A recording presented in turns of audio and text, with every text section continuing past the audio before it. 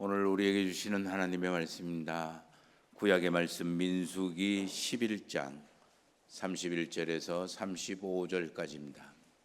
바람이 여호와에게서 나와 바다에서부터 메추라기를 몰아 진영 곁 이쪽 저쪽 곧 진영 사방으로 각기 하룻길 되는 지면 위 2규빗쯤에 내리게 한지라.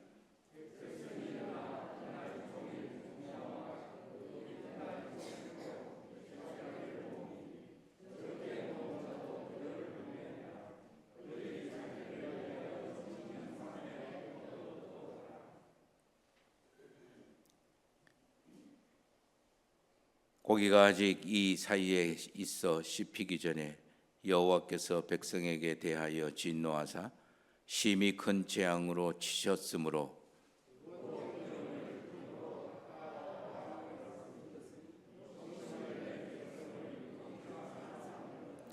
백성이 기브롯 핫다와에서 행진하여 하세롯에 이르러 거기 거하니라. 아멘. 신약의 말씀입니다. 로마서 7장 14절에서 25절까지 말씀입니다. 우리가 율법은 신령한 줄 알거니와 나는 육신에 속하여 죄 아래에 팔렸도다.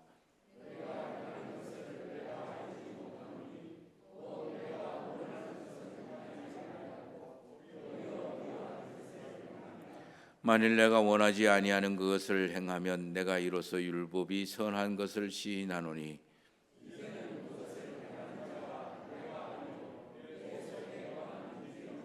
내 속고 내 육신에 선한 것이 거하지 아니하는 줄을 아노니 원함은 내게 있으나 선을 행하는 것은 없노라.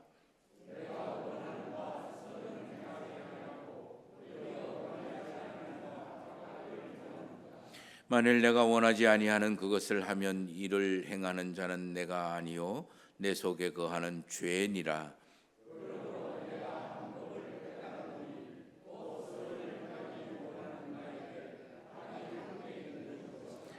내 속사람으로는 하나님의 법을 즐거워하되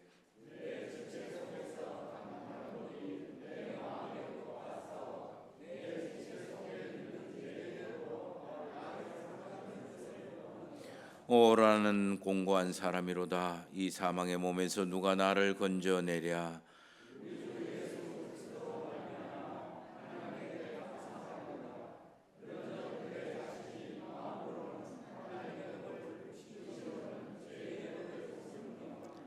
아멘. 이제는 완전한 봄인가 봅니다. 봄이라는 말은 본다라는 그런 말과 동일한 의미입니다. 겨울 내에 죽었던 것 같은 나무에서 봄에 싹이 돋는 것을 보고 이놈이 죽은 게 아니고 살아있는 거구나. 생명이 있구나.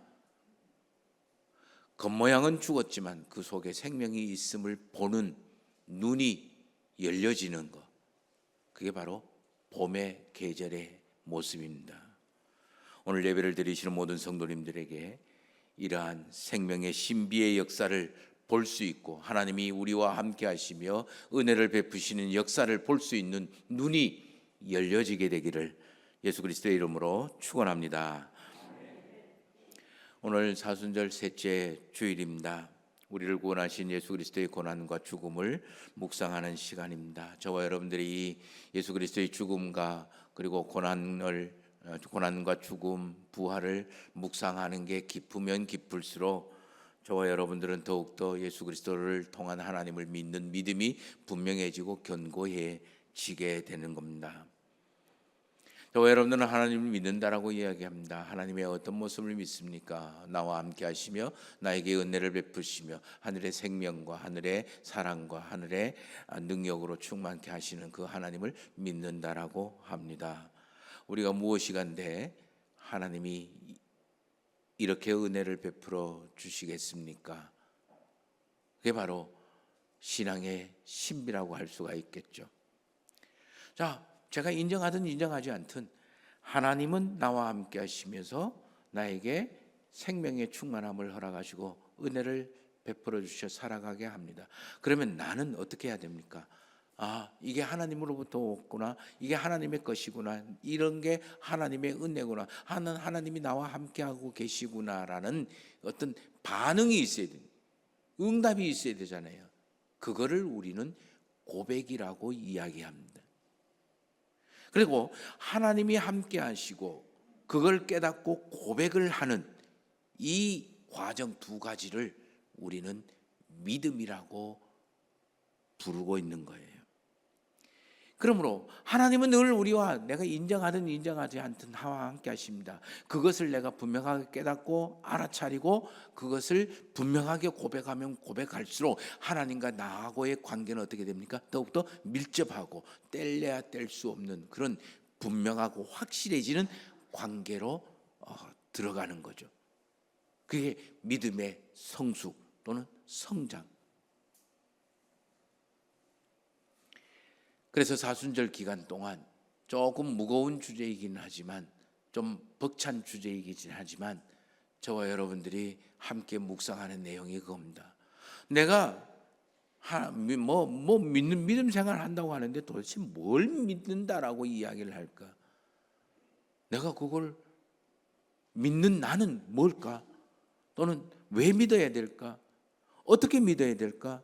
또는 믿으면 나인데 뭐가 더 좋은데, 이런 여러 가지의 주제들을 가지고 이 사순절 기간 동안 묵상을 같이 나누고자 합니다. 그래서 저와 여러분들의 믿음의 고백이 분명하고 확실해지기를 소망해 봅니다.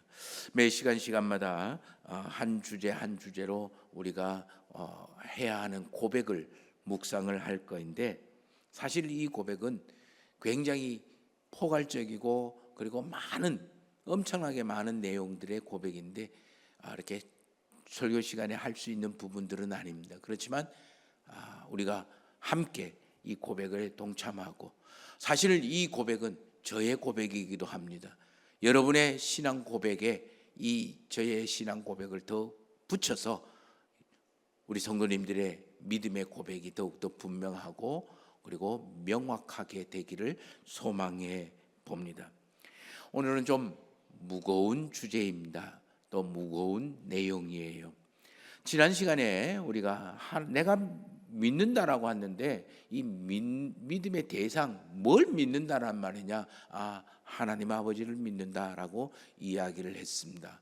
그러면 여기에 하나님 아버지가 계시고 하나님 아버지가 계시는데 내가 믿는다라고 하는데, 그러면 내가 믿는다라고 하는데 나는 뭘까? 뭐가 믿는다라는 말일까? 내 어떤 모습이 믿는다라는 걸까? 나는 왜 믿어야 이 하나님을 믿는다라고 또 믿어야 하는 걸까? 하나님은 나에게 왜 이렇게 은혜를 베푸시는 것일까? 이런 것에 관한 질문의 대답입니다.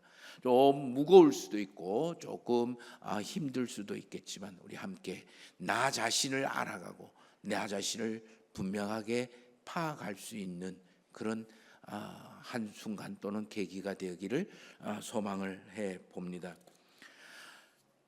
먼저 성경을 통한 하나님은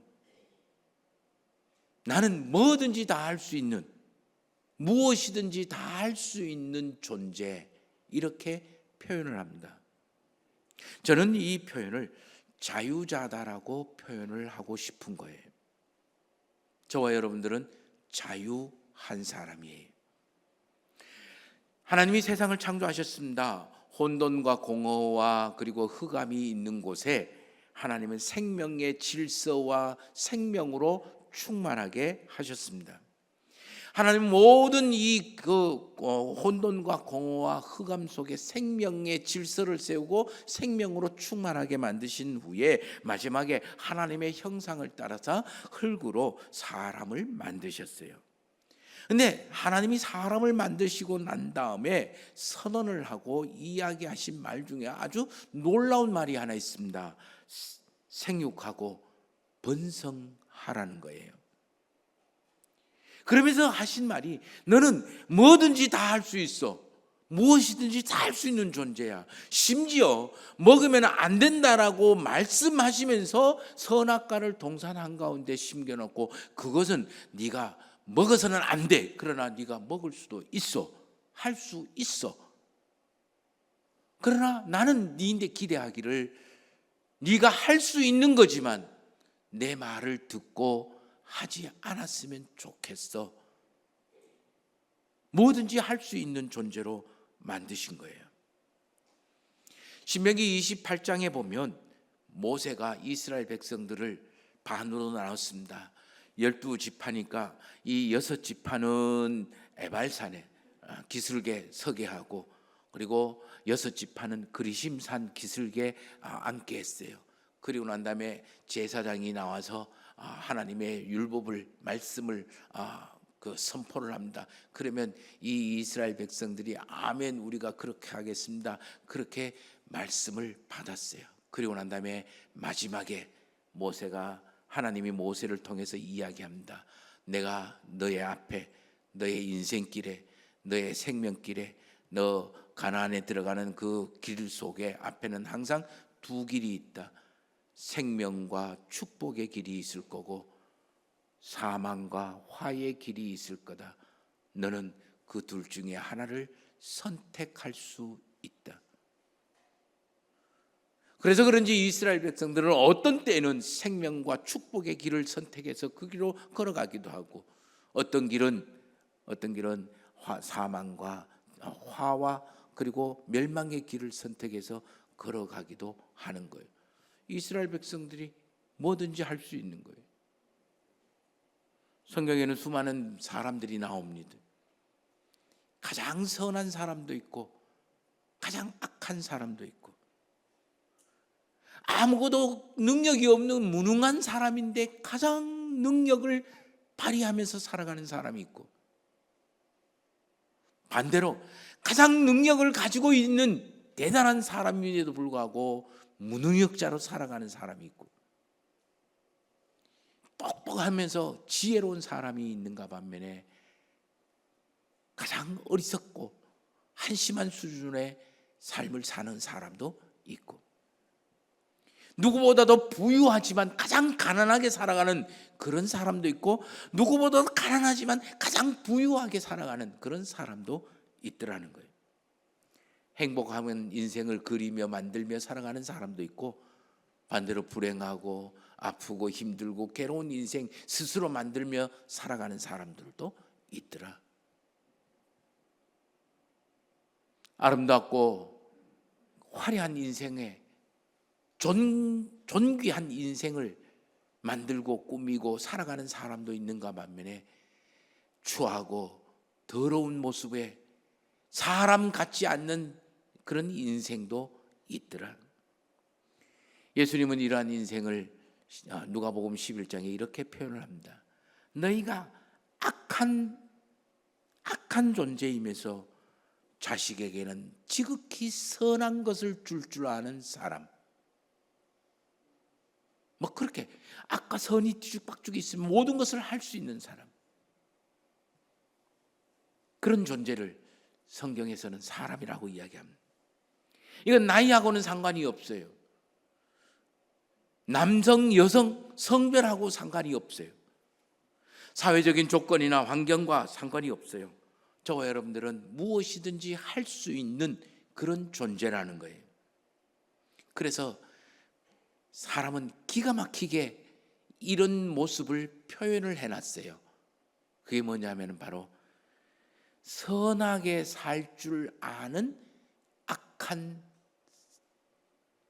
존재 또는 악한 것, 선하게 살 수도 있는 악한 모습, 반대로 한없이 악하게 살 수 있는 선한 사람. 그래서 공존으로 표현을 하고 있는 거예요.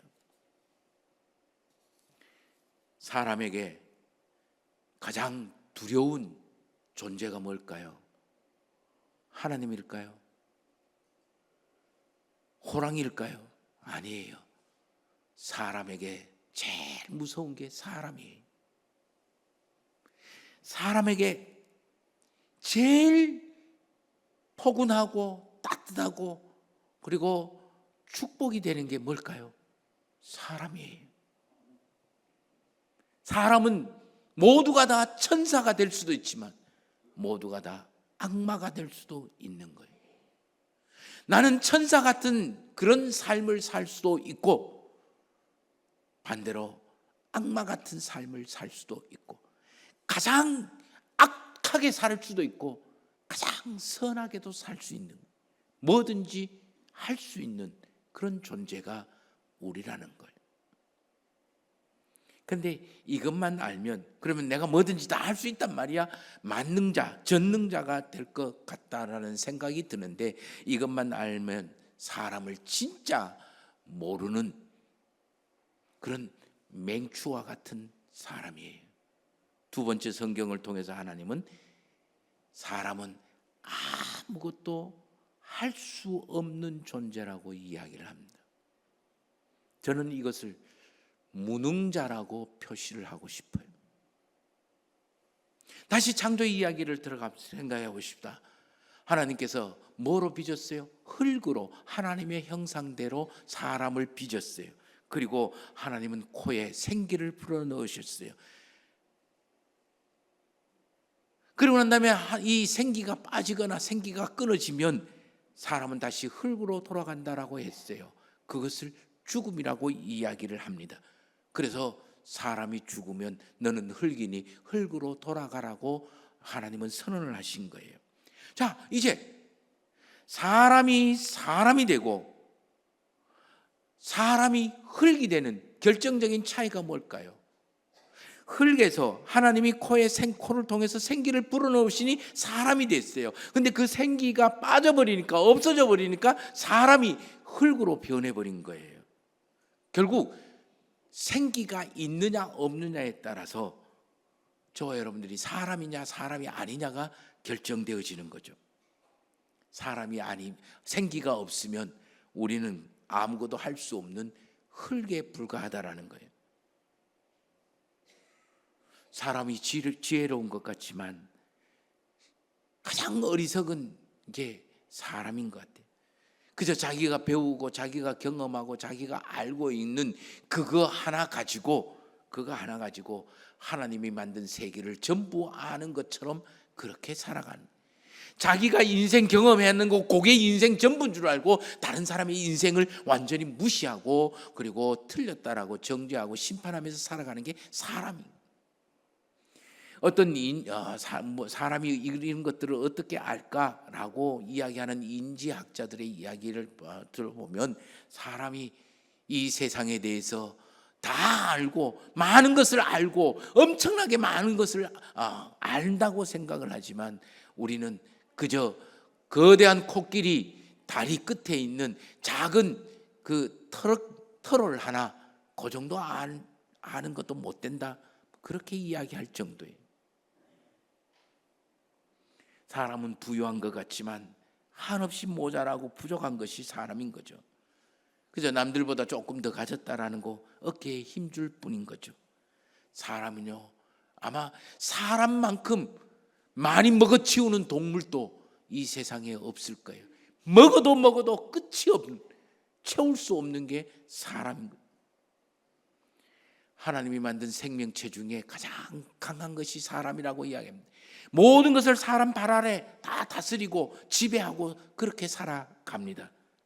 그러나 알고 보면 세상에서 가장 약한 게 사람인 거예요. 그게 우리들하는 거예요. 영원히 살 것 같은 생각으로 영원히 내가 누릴 것 같이 살지만 천만의 말씀, 내일을 모르는 게 사람이.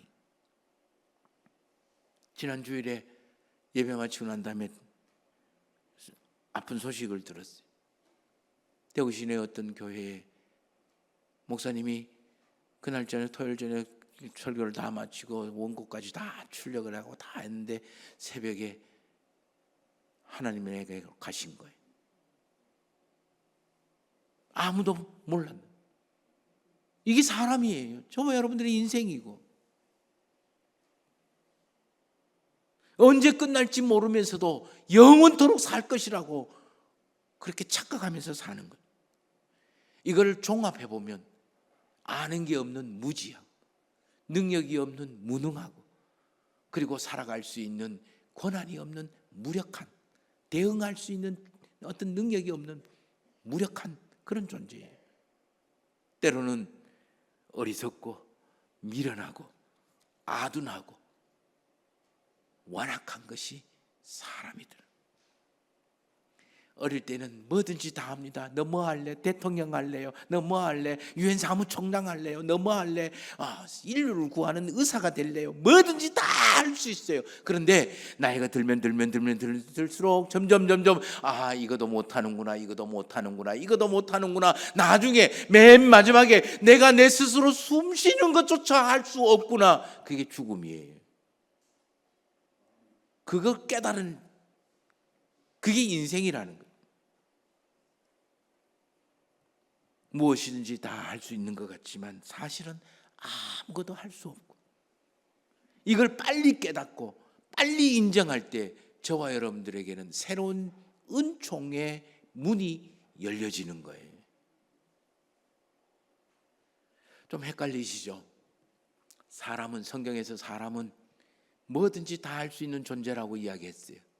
근데 두 번째 이야기는 아무것도 할 수 없는 무능력자라고 이야기해서 좀 헷갈리시죠? 여기에서 하나님이 사람을 만드는 신비가 들어있는 거예요.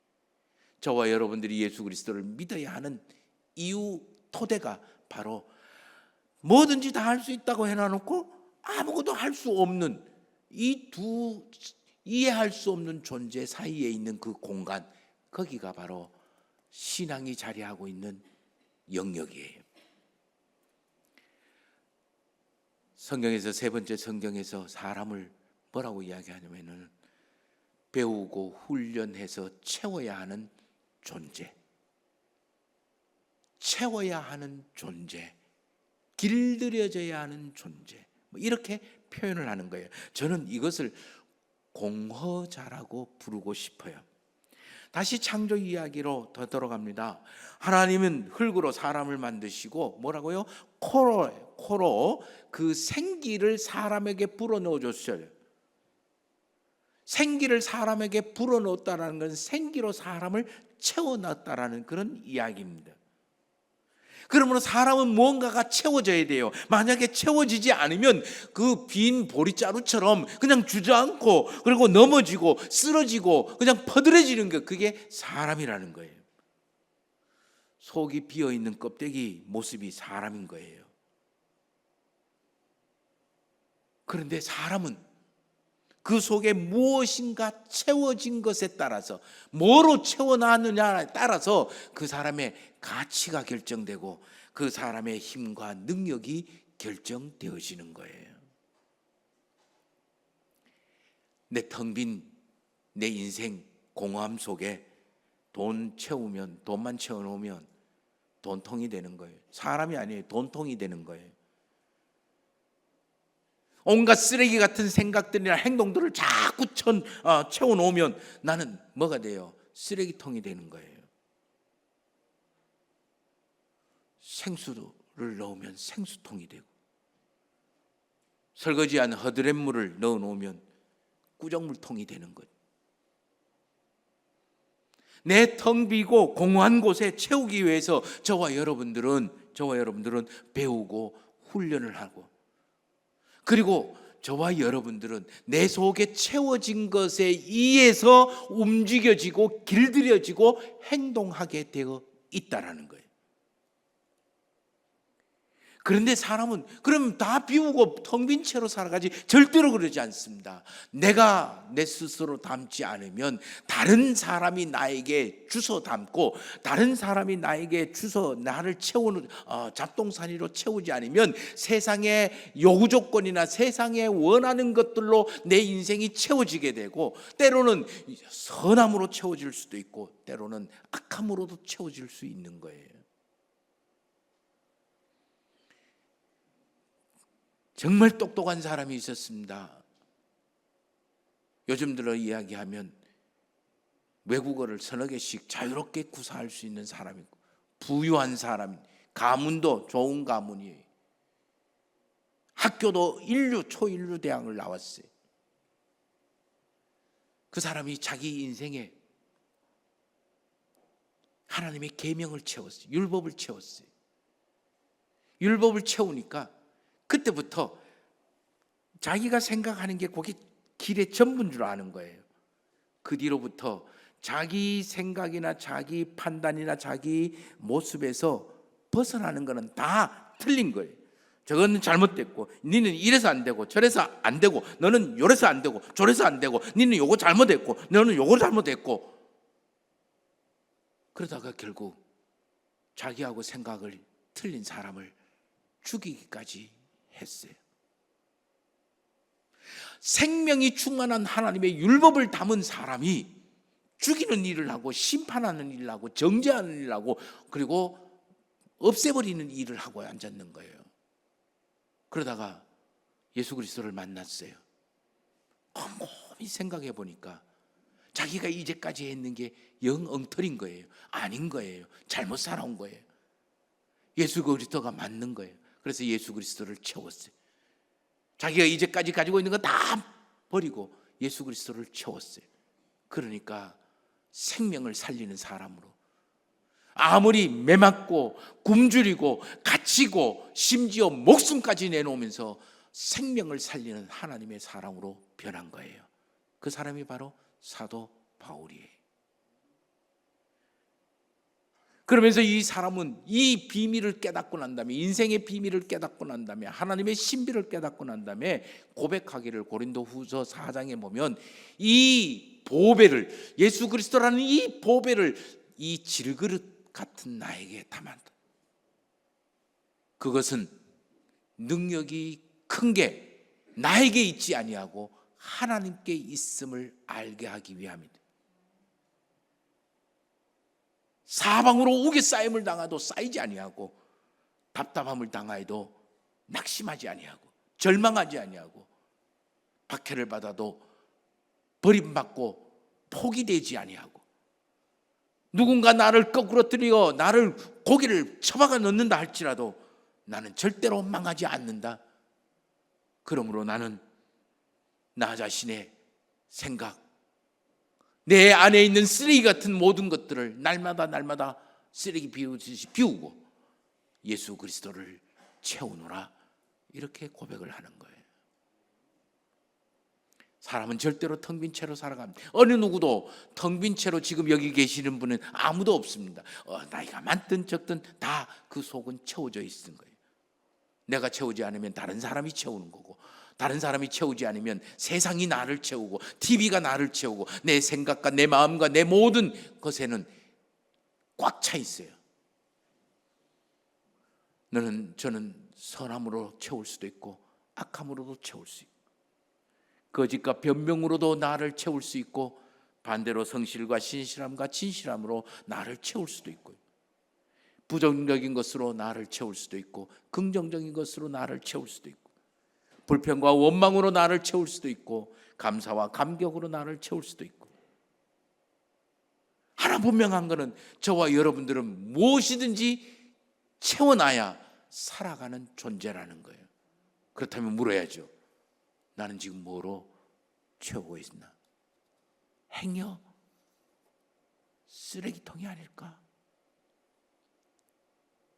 도덕질을 배우고 훈련하고 도덕질을 할 것을 익힌 사람은 도덕질로 채워져 있어요. 자비를 베푸고 자비롭게 살아가고 온유하게 살아가는 사람은 그거를 늘 훈련하고 그거를 늘 배웠어요. 거기에 길들여져 있는 거예요. 그러면 어떤 곳 어떤 처지에서든지 자비를 베푸는 사람이 되는 거예요. 내가 맨날 부정적인 생각으로 나를 훈련시키고 내 마음을 훈련시키고 내 안을 배웠어요. 그래서 엄마도 부정적인 이야기하고 아빠도 부정적인 이야기하고 제 친구도 나 부정적인 사람만 있어요. 그러면 나도 모르게 내 속에 부정적인 것들을 배우고 부정적인 것들을 훈련하고 있는 거예요. 결국 나는 부정적인 사고방식에 길들여져서 부정적인 사람으로 되는 거예요. 반대 마찬가지예요. 긍정적인 것으로 채우는 사람도 있어요. 감사함을 배우고 감사함을 훈련하고 감사함에 길들여져 있는 사람은 아무것도 없어도 감사하면서 살아가고 감격하면서 살아가는 거고, 맨날 불평하고 원망하고 짜증내고 분노하는 사람, 없다 없다 그러면서 살아가는 사람, 그렇게 길들여지고 훈련되어진 사람, 그 사람은 아무리 많아도 없다 없다 그러면서 살아가는 거예요. 오늘 성경 말씀으로 되돌아가 보십시다. 구약의 말씀 민수기 11장 말씀에 보면 이스라엘 백성들이 모세를 통해서 하나님의 인도를 받고 출애굽을 했어요. 그래서 나 급하게 나오느라고 나올 때 양식을 그렇게 많이 가지고 나오지 못했는가 봅니다. 그러니까 장래히 광야에서 양식을 떨어지는, 농사 짓지도 않냐고, 그리고 그렇다고 해서 먹을 것도 없고, 그렇게 해서 우리 그 양식이 다 떨어졌어요. 이제 살아갈 일이 막막합니다. 걱정과 무거운 짐이 잔뜩 짓누릅니다. 모세가 하나님 앞에 먹을 양식이 없어요. 어떻게 했으면 좋겠습니까? 그러자 하나님께서 만나를 내려주셨어요. 아침마다 매일매일 만나를 내려주신 거예요. 사람들은 그것을, 이스라엘 백성들은 처음엔 그걸 감격하면서 걷어서 먹었어요. 신기한 거죠. 맛있더라고요. 그렇게 먹었는데 점점 익숙해지니까 이제는 한 개 더 원하는 거예요. 고기가 먹고 싶어. 자기네들이 언제 노예 생활하면서 애굽에서 고기 가마솥에 옆에서 자랐다고, 자기네들이 끌고 나온 양하고 염소 잡아먹으면 고기 먹을 건데 고기 없다고, 고기 못 먹었다고 하나님께 막 불평하고 원망하고 짜증을 내는 거예요. 하나님이 그 이야기를 듣고 동풍을 불려서 바닷가에서 메추라기를 떼거지로 보냈는 거예요. 얼마나 많이 보냈냐? 가장 작게 보낸 사람도 10호멜을 받아 모았다라고 해요. 10호멜은 1호멜은 220리터예요. 220리터를 그러면 2200리터입니까?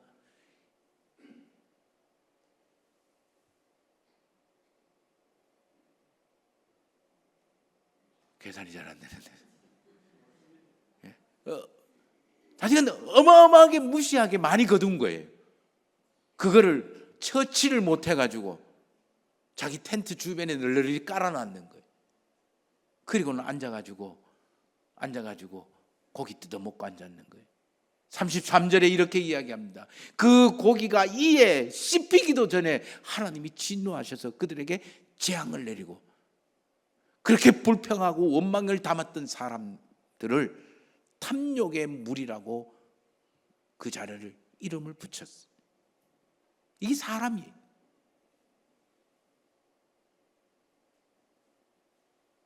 신약의 말씀 로마서 7장의 말씀 보면 사도 바울이 장탄식을 합니다. 가슴을 치면서 탄식합니다. 아무리 해도 내 인대는 두 사람이 있는 것 같아요.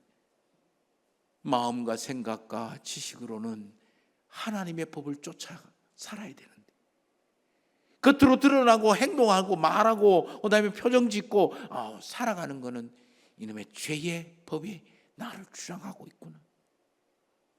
그러면서 이 이야기를 합니다. 18절 말씀에 원하는 것은 내게 있으나 내가 그것을 행할 능력이 나에게는 없구나. 그렇게 탄식합니다. 그러면서 내가 원하는 선은 행하지 아니하고 원치 않는 죄만 열심히 짓고 앉았구나. 내 마음의 법은 하나님의 율법이, 하나님의 그 법이 나를 다 은총이 다스리고 있고, 내 육신은 죄의 법이 나를 끌고 이리저리 다니고 있구나. 이 갈등 아픔 속에서 내가 어떻게 벗어날 수 있을까 탄식하는 거예요. 몇 번 말씀을 드린 것 같습니다. 어떤 지혜로운 스승이 제자들에게 물었습니다. 우리 집에 아주 못됐고 싸나운 개 한 마리하고 순에 빠진 개 한 마리가 있어. 이 두 마리가 싸우면 어떤 개가 이길 것 같냐? 제자들이 이구동성으로 이야기합니다. 당연히 못됐고 싸나운 개가 이기죠. 그래서 제자가 이야기합니다. 아니야, 내가 밥 먹여 키운 놈이 이기는 거예요. 우리 마음에 사도 바울처럼 법이 2개 있어, 개가 2마리 있어. 나는 어떤 개를 키우고 있을까? 3가지 질문을 던지십시오. 나는 무엇을 하려고 생각하고 있느냐? 2번째, 나는 무엇을 못해서 지금 낙심하고 그리고 아파하고 그리고 괴로워하고 있느냐? 3번째, 나는 내 생활에 무엇을, 마음에 무엇을 담고 있느냐? 이 3가지 질문을 하면 다음에 내가 왜 하나님을 믿고 예수 그리스도를 믿고 성령 하나님을 믿어야 되는지 출발점이 될 거예요. 그저 바라옵건대 부디 저와 우리 성도님들은 하나님의 말씀으로 우리 안에 하나님의 형상을 배우고 훈련하고 그 하나님의 형상을 채워 하나님의 형상에 길들여질 수 있게 되기를 예수 그리스도의 이름으로 축원합니다.